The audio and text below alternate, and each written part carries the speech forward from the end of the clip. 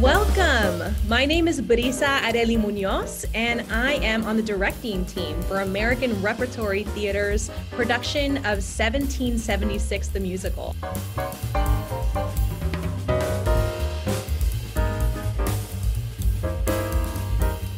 Thanks so much for tuning in to Transformation 2020, Popular Democracy Defined. We want to dive right in to acknowledge that we are all here today because of 1776. Now, there's 1776, the historical date. There's 1776, the Tony Award-winning musical, which premiered in 1969 at the height of the Vietnam War. And then there's our production, which is happening within this entirely new landscape, the United States in 2020, amidst this global pandemic. This bold retelling begins at American Repertory Theater at Harvard University next spring, and then will tour across the country before landing at Roundabout Theater. We have the delight of having 4 cast members with us today. We have Allison Blackwell,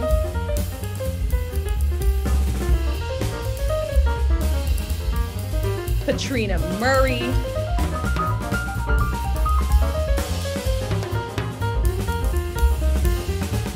Oneika Phillips,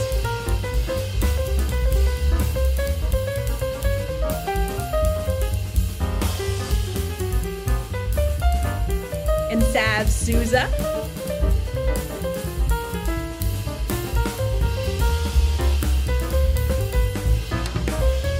As well as our co-director and choreographer, Jeffrey Page.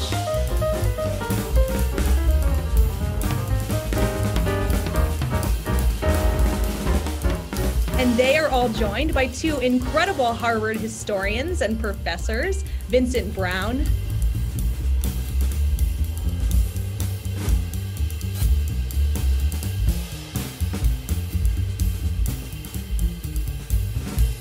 and Tim McCarthy.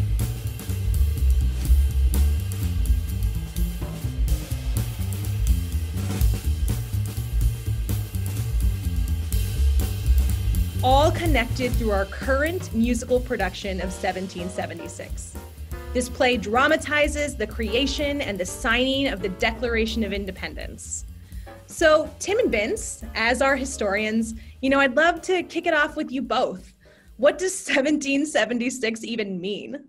Well, I like the way you put that because it's just a number, right? And one question is, why is that such a loaded number? Why does it symbolize anything? I always think about when I see people with numbers tattooed on their bodies, like when they have their birth dates tattooed on their arm, that means something really specific and really personal to them. Well, 1776 is a highly loaded symbolic number like that symbolizes the birth of our nation, of the United States, right? The Declaration of Independence was penned in 1776 and announced to the world that the 13 colonies of the British Empire in North America were going to break off, right? And that essentially committed the United States to a war against the empire that they didn't know how it was going to go. We tend to think of these kinds of dates as markers in historic moments, right? Which is in 1776, everything changed and a new nation began. When in actuality, 1776 just marks the predicament of these people trying to sort out, right? What are we going to do with our situation in the British Empire? They didn't know how it was going to turn out. We look back and we think this just indicates, oh, of course the United States is going to be born. Nuh-uh. This is a fraught moment. Nobody knows how it's going to go. It's a crisis, in fact. And yet 1776 is that moment of protest that becomes profound and prophetic. It is important in that way, and you don't want to lose that. I mean, the United States was, at the time, the first nation state to write itself into existence through written act of protest that was an act of civil disobedience. And once they put it down in writing, it's hard to take that back, which is part of the predicament that the Declaration sets in motion, because they're making all sorts of claims about equality and freedom and rights and liberties and so forth. And they have not yet gotten that sorted out, but it's in writing and now it's in motion. I just want to say that one of the most striking impacts from our work, our beginning work with 1776, is this exact discussion, that this is not just a historical moment to learn about and know about and iconicize these men as founding fathers, but the document as a form of protest, as a form of rebellion, as feeling a certain legislation, certain constructs, certain ways of existing that were no longer tolerable. And these men came into this room and said, we're going to put our lives on the line in order to make systemic change. And that has shifted, and this is a term that we use in the room, shifted my perspective on the way I take on this history that is complicated and contradictory and flawed and full of myths. And when I engage in this exercise of looking at it for what it is, the human nature of what it is, it really impacts me. And there's a through line that's drawn all the way to today that I think is so relevant, and we can take in the history so differently and include so many voices if we look at it from that point of view of a human dilemma. You know, Oneika, one of the things too about your reframing of that as a protest moment is that it allows us to understand the founding of the nation, not as just a kind of conservative project that was overseen in real ways by the elite people of the time, who were all white, all male, all people of property, of education, which was rare at that time. These were elites. Certainly it was a very small representation of the larger population. And that this protest moment, especially the Declaration, allows us to understand that at the founding of the country are multiple political traditions. One of them is resistance, one of which is radicalism, one of which is dissent, that then gets picked up by every generation subsequent to it, including our own. And so that protest moment and the Declaration of Independence as a written act of civil disobedience allows us to claim, all of us, especially all of us here, right? A radical tradition, a protest tradition, dissent tradition, that's as American as anything else. The Declaration of Independence itself and the revolution cannot be limited to the intentions of the founding fathers, right? There were lots of people in play at the time, because enslaved people took the revolutionary moment and did their own thing with it. I mean, not many people know that 15,000 enslaved Black people actually sided with the British, because the revolution created an opportunity for them to seek freedom in that way. And about 5,000 sided with the Patriots, right? So by initiating this moment in which new things became possible, a lot of people could strike for freedom in ways that the founding fathers didn't even intend. And following on that, the Declaration of Independence is something that declared the principle that all men at the time, but people interpreted as human beings, are created equal, was something people could use ever after to make a claim on equality, to make a claim on freedom, even if the original drafters of the document didn't intend that. It seems that we're so focused on the dogma of this document, when for me, I'm a little bit more focused at the current moment in something before the dogma. It's the cosmology of a people. And so what does it mean to actually have something become true when it becomes written down? So then the big question is, things that are written down are true. So what happens with respect to memory? So you know, I think that for me, that takes me into, you know, what is fiction and what is nonfiction. But what does it mean when we actually have different systems of documenting our particular truisms in life? What if as a culture we document our truisms through theater or through dance or through food and so on and so forth, and then we are immersed into a particular culture where they document, you know, a truism through writing? So it means that everything that I know to be true is no longer true within the spectrum of the word and of the ideology of the word true, because my cosmology is not privileged in this system of letters. So I think there's something about the 1776 and the writing of this document and the signing of these names, in certain cultures, that was neither here nor there. In certain cultures, you had to be initiated as such, and to be initiated as such meant you needed to be cut in a certain way, you had to dance in a certain way, you had to cook a certain food, so on and so forth. For these particular men in this space and time, their initiation was writing their names or signing their names on this document, and then that led them to another space and time, and then that created this document as a truism that exists inside of our country. I really love this idea of like writing things into existence. That feels like inherently queer to me also, which I really love, and that the fact that like writing things into existence and like a protest document and having pride, like those all are things that feel inherently queer to me, which for me, coming onto this project as a trans actor, I was kind of like, okay, it's interesting to think about how I'm going to see myself through this historical lens when there is not much history for me to absorb, at least that's accessible. I'm sure that I know that there are many historians who have access to like written documents in collections places, but that's not easily accessible to a queer person online, you know? So I was coming into this as like, how do I even see myself when I have nothing really to look at that says that I was there, even though I know that I was, because trans people existed before America did. And so that's been a strange thing for me.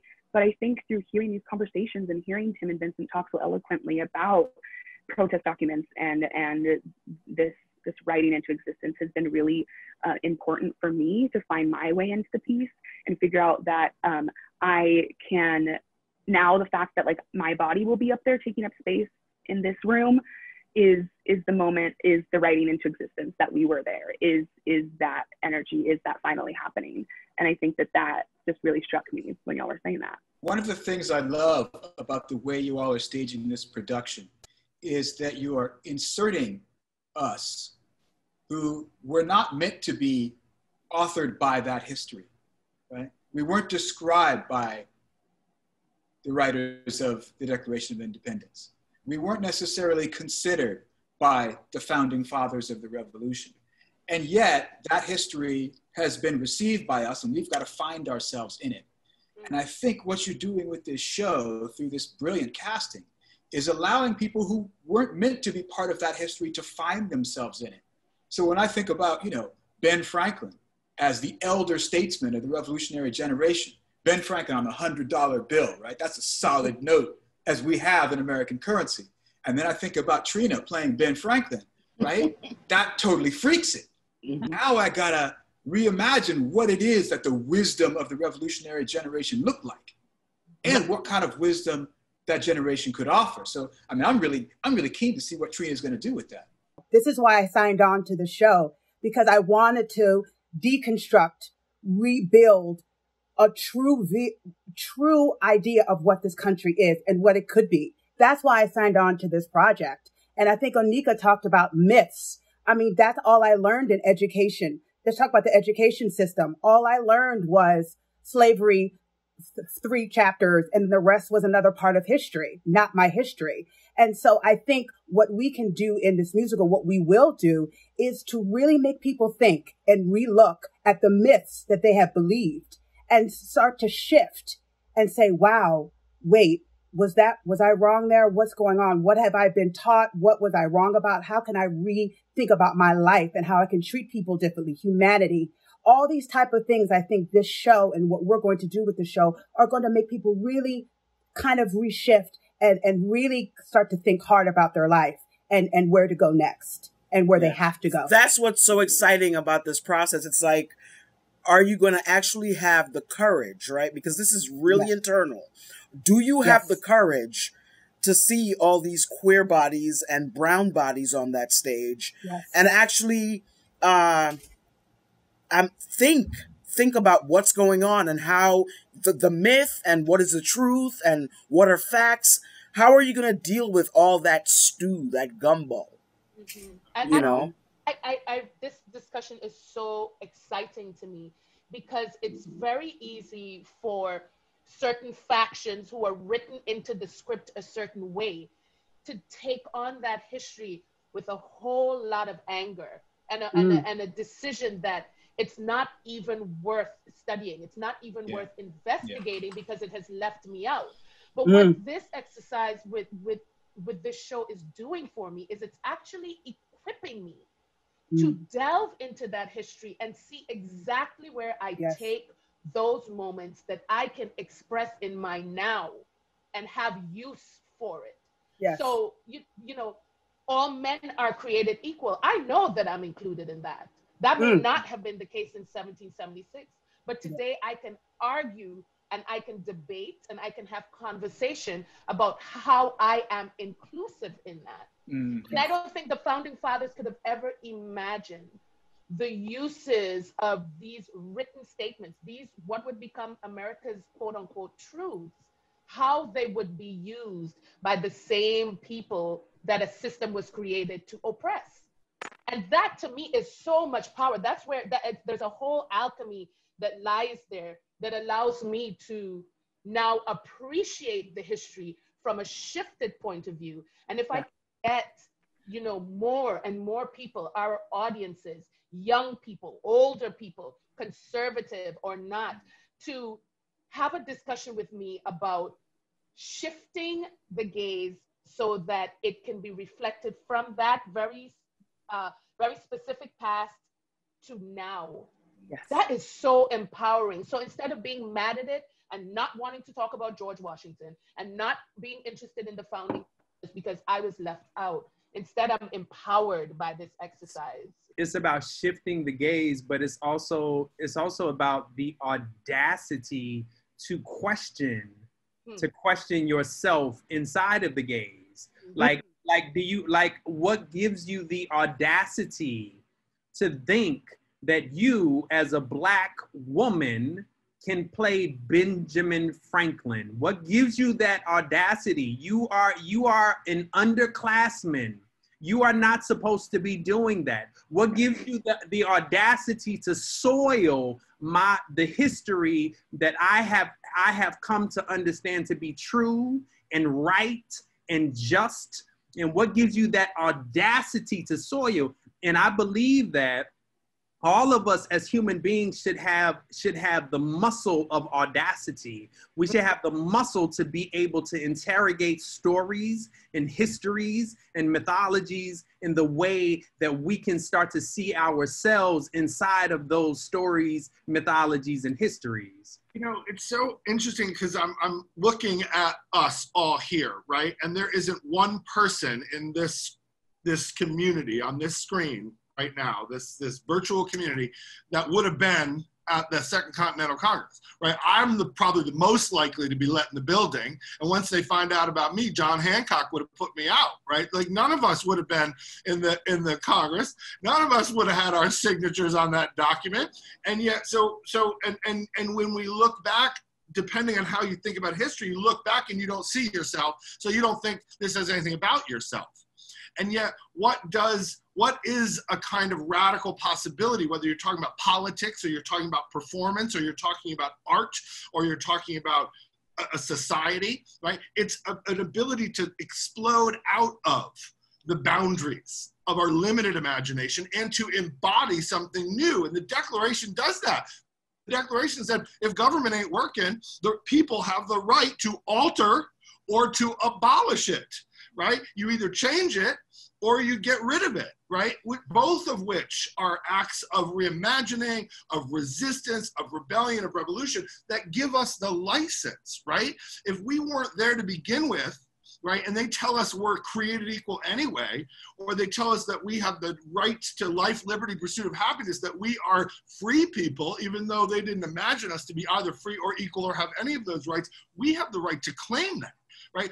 That's the rights. Those are the rights that are written down at the same time that we were written out. So we got to reclaim them to rewrite so that we can re-embody, right? The thing that was there all along. We got to lay claim to that. Otherwise, we participate in our own erasure, exclusion, and denial. Come on, Tim. Radical. Which this art does, right? No one is going to come into that theater and read the script They are going to watch you all and bear witness to you all reimagining and re-embodying the revolution. And your performance. Your performance will pose a question to the audience. Are you willing to? Do you have the audacity to make your world anew? Are you going to take this moment, this predicament, and make something out of it that you want to see for the future? That's what I love about this show.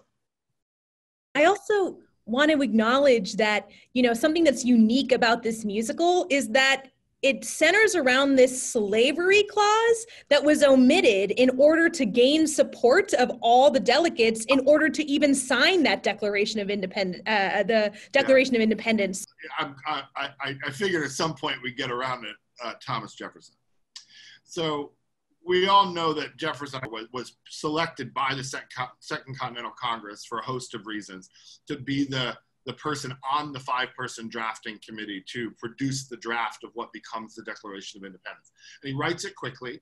And as we all know from the document, it's a whole series of grievances. The final document has 27 grievances where they blame he, the King of England, for all of these abuses and usurpations, is how they refer to it, in the long train of abuses. And there's a final grievance in the draft where Jefferson, and if you read the language of that, which almost no one does because we don't teach the draft in history classes, we barely teach the final version in history classes, right? But you go back to that draft and that final grievance, all of which gets edited out. It's the largest section that gets edited out. 300 words of Jefferson's get edited out of the draft, between the draft and the declaration, or the final version, and that grievance is the largest chunk. And he is in full meltdown mode. He is trying to blame the entire, not just slavery in America, but the entire slave trade on the King of England for a whole variety of reasons that we probably don't have time to get into now. But if you read the language, he's a little unhinged there, which betrays the mess of Thomas Jefferson, right? Thomas Jefferson was an anti-slavery slaveholder.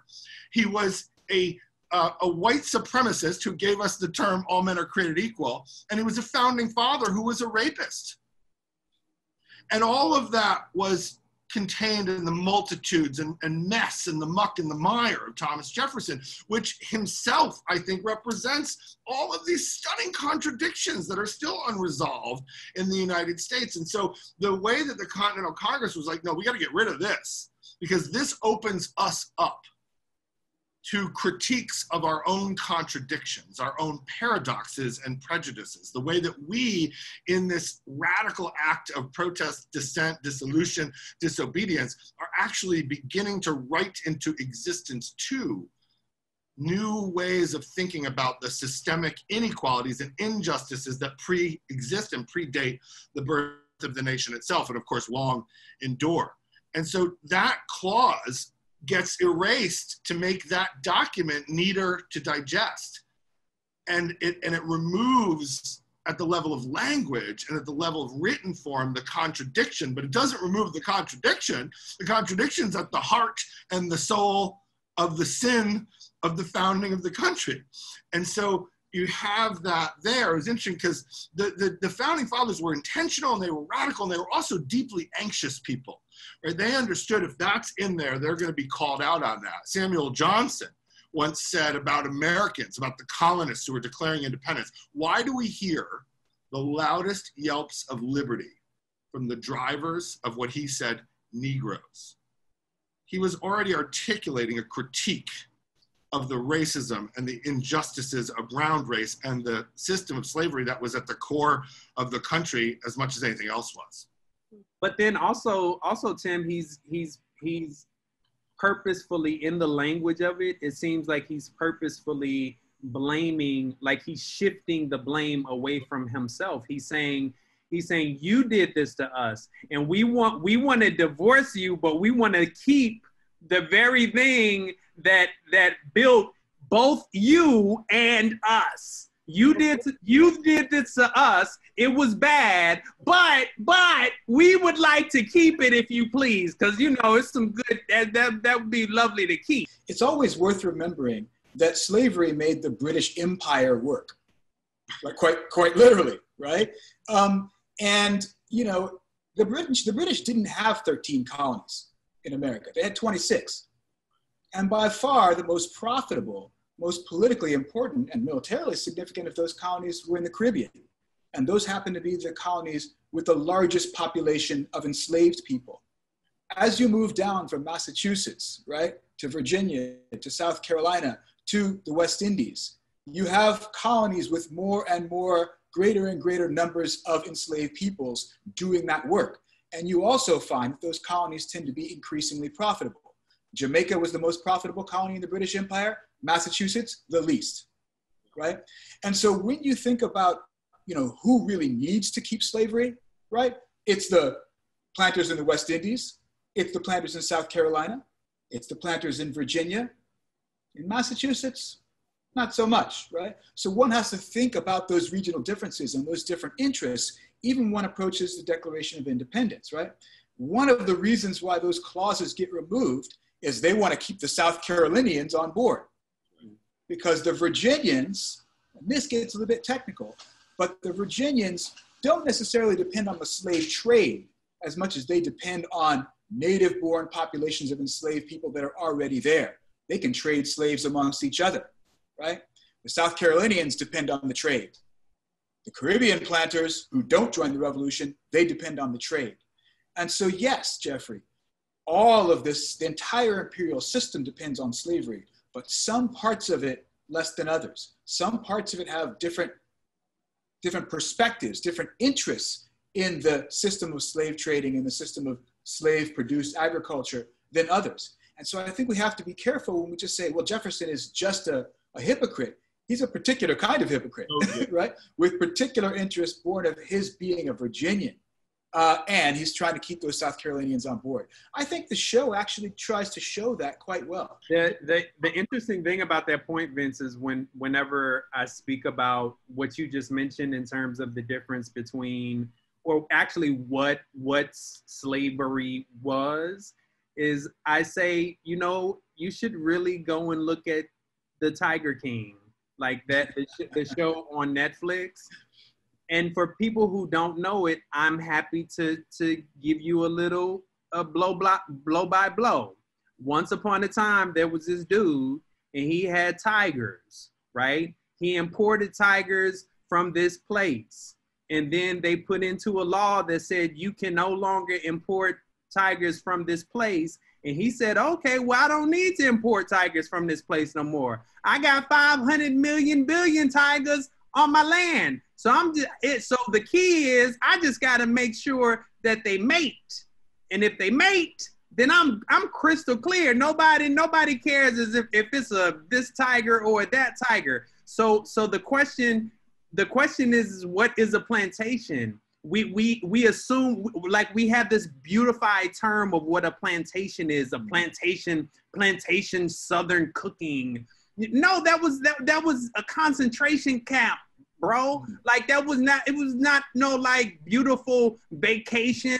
That was a camp for breeding and beating people into submission. It was exactly what the Tiger King is doing or has done in Florida with those tigers. He's basically breeding tigers and is like, okay, I'm gonna sell them. So now that Britain stopped the transatlantic slave trade, does that actually stop slavery? No, because we don't need the transatlantic slave trade anymore. We have enough black bodies that we can just break them into shape and sell them in any way and guess what? They are broke. They're broke in a way that they are no longer the wild, crazed African people that come from and want to kill us. No, they're broke. They're broken. We can ensure their brokenness by systems that we put into place and by truisms that we put inside of written documents. Yeah. I also want to bring us, to the contemporary to sort of acknowledge that, this pandemic really exacerbated this creative process of ours. It stirred it up. It really sort of disrupted it because, our original plan was to begin rehearsals in March of 2020. But when COVID hit, you know, all of a sudden we couldn't rehearse in person. We couldn't just go and tech our show. You know, we had to stop and we had to examine and challenge, you know, and I'm curious to sort of turn to some of our actors, you know, what was the experience of sort of actually having to pause and then have this Zoom experience where now actually we have to sort of dive into the dramaturgy, the history of these people. I'm curious what came up for you in that time. Without sounding disrespectful to honor folks who have lost their life, but it's actually a respite for me.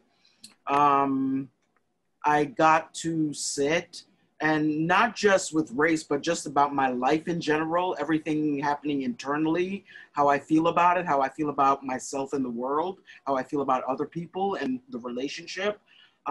So having this opportunity, you know, to hear Tim and Vince and all the lovely people who spoke, there were a lot of downloads that I received just being by myself, coming in and being, you know, in the Zoom workshops for like 2 weeks. And there was a lot just listening in the silence, like not having, you don't have anything to do really. Where are you gonna go? And a lot of the time was I got very bored of TV, like very quickly. I really didn't feel like reading or being productive. But I sat a lot with myself and, you know, like I said before, it's like to take the space, right? And there's not just friction for the audience, but there's friction within myself to say the words of Ben Franklin and what that means. I mean, when he says, you know, forget about it, you know, we've got to go ahead with this. We've got to get rid of the clause. We've got to, and it still hasn't resonated with me yet as to, and I mean, I don't want to plan how it's going to come out. I want it to be genuine and in the moment, but it still hasn't, like, what is that? Like, it's just this, like, my body, me, you know, saying these words, and what does it mean? And the fact that, as you said, we weren't represented. So what does it mean to be in that space every night, every performance, matinees, whatever? What does it mean to be there in that space, in that friction with all of these bodies on stage in that moment where Ben Franklin and myself are present?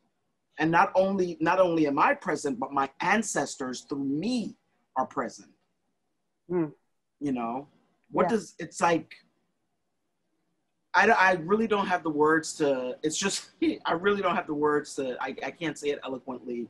It's just a feeling of like, just supreme gratitude to actually experience this and to have the chance to rile some shit up, you know, like, yeah, like folks are gonna get upset. Folks are already gotten upset from what I've seen online. And it's like, yeah, that's not a bad thing. That's a good thing. The thing, like I said earlier, is do you have the courage to really face what's happening? Because we've, for so long, turned a blind eye. It's always been present. It's never, the truth is never off. It's always there. It's when are you ready to look at it? When are you ready to face it within yourself? It's always present. So are we gonna, this is another opportunity for Americans to come and see this show, right? Conservative, Democrat, even people who think they've got it all figured out, like I'm such a good person and I don't know, come and really deal with who are these bodies on stage in this particular role, in playing these men. And what does that really mean? What does it really mean? See, I want audience members to come to this show. And as you said, think about what it means to be at the show, but think about what it means to be in the United States now. Yeah. To connect to that highly symbolic moment of the nation's founding and think about where we are now and where we're going and what our predicament is, right? That, like, wrestling with what the nation means is the work of democracy. That's what we should be doing all the time. But I think it's only at particularly fraught and vexed moments that we're all confronted with that work. And I think this show's gonna help people to do that. As Patrena was talking, it just made me think about like where we all fit in this pandemic. And that, you know, they say an idle mind is the devil's playground. And I think that it might have been some person who said that, who did not want for the mind to actually think, you know, and find space and time to understand what the mind is supposed to think. And I think inside of where we are right now, it has given us time to really process the murders of George Floyd and process the murders of Breonna Taylor in a way that we would have never been able to process had we been distracted, had we had, you know, all of the numerous distractions that we have in order to steal our attention away from places that it should be. I think every show should have the 2-week Zoom, not in a room, and one-on-one, and get to know each other, because it, for me, was life-changing. And for me, it kind of was, of course, working on my inner self was the first thing that I started to think about. How have I aided in these myths in my life? Which was really kind of the whole conversation of accountability, which we haven't really talked about. But how have I, as Allison Blackwell, as a woman, African-American, aided in these myths throughout my life? And where can I change my perspective as a performer, as a woman, as African-American, as I go through life more? And so for me, now it's voting. I'm pushing voting. I'm calling, I'm phone banking. Just after the show, I'm just more involved in the constructs of voting. And I'm watching C-SPAN. I'm watching Nancy Pelosi. I'm watching McConnell. I'm watching Republicans, Democrats. I'm more and more involved in this country and what's going on. So I think for me, the 2-week Zoom was legendary for me, a lot of self-work.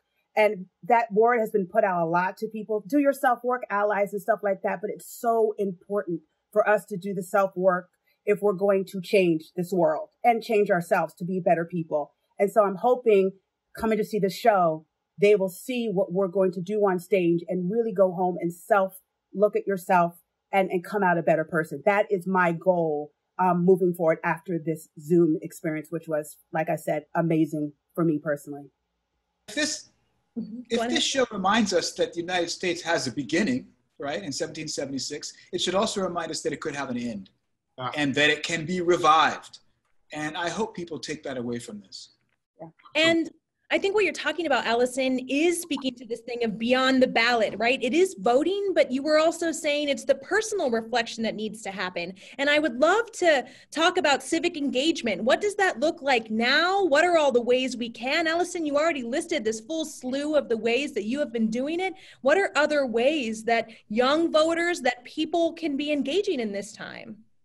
I think educating yourself, reading. I feel like we don't read anymore. We go to our Facebook, our Instagram to get our information, and it's faulty. We need to be doing our work, educating ourselves on the laws. What's really the law? What's not the law? What's myth? What's reality? All these things are really important for our youth and even my age to start just really seeing and not just coasting. I feel like as a country, we've been coasting through a lot of life and a lot of things that are going on, and we cannot coast anymore. Because we see what happens when you coast. Look at where we are now. And Trina brought up something really amazing the other day about voting and this whole people aren't excited about voting. And I'd love for Trina to share that. Yeah, it's just connecting with some of the youth, you know, and it's across the board. It's not just African Americans. I mean, it's across the board. Just this nothing changes, you know. I vote, nothing changes. I've been voting forever, nothing changes. So why am I going to vote? Now, for me personally, I understand just the fact that there are people who have been lynched, you know, murdered, who have fought for the right to vote is not it's not taken lightly for me. And I do understand the youth's frustration, or people in general, when they think that nothing seems to change. I've been feeling super, super overwhelmed by the idea of feeling like, how do I actively help? Like, how do me, this individual person, this citizen, have an effect on anything? And it's so hard, it's so easy to feel like you won't. But for me, I'm 24. And so this is of course, the last election was crucial, important when we knew that. This is the first one where I feel like I am up in arms. Like, I am like, we are here to, this is the one that I have engaged the most in. I have gotten myself ready. I have changed as a person since the last election, which has also changed things that I am passionate about and whatever, and I've learned and grown. And so what I have discovered is that there are so many more ways to see active change that are much more local to myself. And by that, I mean, instead of feeling like I need to shout out my window that Black Lives Matter and that Black trans lives matter, I can call my parents and I can have a conversation with them and make sure that they understand that Black trans lives matter. And that's something that I did the other day. I sat down and I wrote like a 10-page letter to my family, which is a really conservative family. And they've come a long way in terms of their acceptance and support for myself through my transition and such. But they are a Trump household. And so I was like, I need them to understand. And I know that empathy is the only way that's going to do this for them. I need them to just understand the fear with which I walk through this world in Trump's America as a trans person. I did that, and I connected with them. And I just shared my heart with them instead of coming at them from this defensive, you're acting like a Nazi and you're doing all this stuff. And I let them into my heart and my experience, and it has opened up this huge conversation now. And I'm getting to talk to my parents about why they feel so scared by sentences like defund the police. And I'm getting to break down concepts like these that feel really scary because they've fallen victim to a lot of fear mongering and a lot of misinformation about the agenda that we're trying to work on the left. And so I'm now trying to bridge this gap. And so I'm feeling really excited about this direct bridge of communication that I can build with people that I love, because I see accountability as an act of love. And so as long as I am leaving myself open for that and having people around me and I'm showing them, I'm reaching out to them, I'm like, I'm challenging you with this because I love you and because I know that you want to be the best human, the best empathetic existence, and the best citizen. And here's how I think you can do that. And of course, being open to receive that back as well is a huge part of it. And also, things like using your social media platform. That's a really important thing because, I feel like I've learned so much from social media. And I feel like, there's been a lot of things about the protests. And there's really specific lens that we get of the protest that comes from the media. And then there's a very specific lens of the protest that we get that comes from Twitter and Instagram, from people who are actually out there and sharing their real examples of what's happening. And so I think that that's been a really, really fundamental thing, is social media and engagement there, and crowdfunding and mutual funds. There's so many ways that we can support each other and show up right now. I've just been really moved about the conversation about COVID, and something occurred to me that COVID is itself turning the system on its head, right? It is making everybody come outside of that script of where they're supposed to be, what they're supposed to be doing, what their existence is like. So COVID has, when Patrena spoke to clearing a space to really see, to really open up and observe, and when Jeffrey speaks to the fact that we're not as busied with everything so that we can really activate into areas of change that have been craving and truly needing activism. COVID, to me, it exposes disparity, health gap, wealth gap. It exposes unfair legislation. And I think, while in a different context, this is what these founding fathers were experiencing in their own way, that unfair legislation from a particular system, feeling that there was a disparity and an unfairness. And so it was essential that they came together and cast this vote. And I feel like here we are in 2020 with the system getting turned on its head and this exposure of all this disparity, and it makes it essential to vote. And I think I'm going to really take that away with me and and hold that close, because it can be anywhere from going in the street and raising your fist, or just insisting to a child that they find their joy, and stepping into a place of bravery and audacity. And if you can, vote.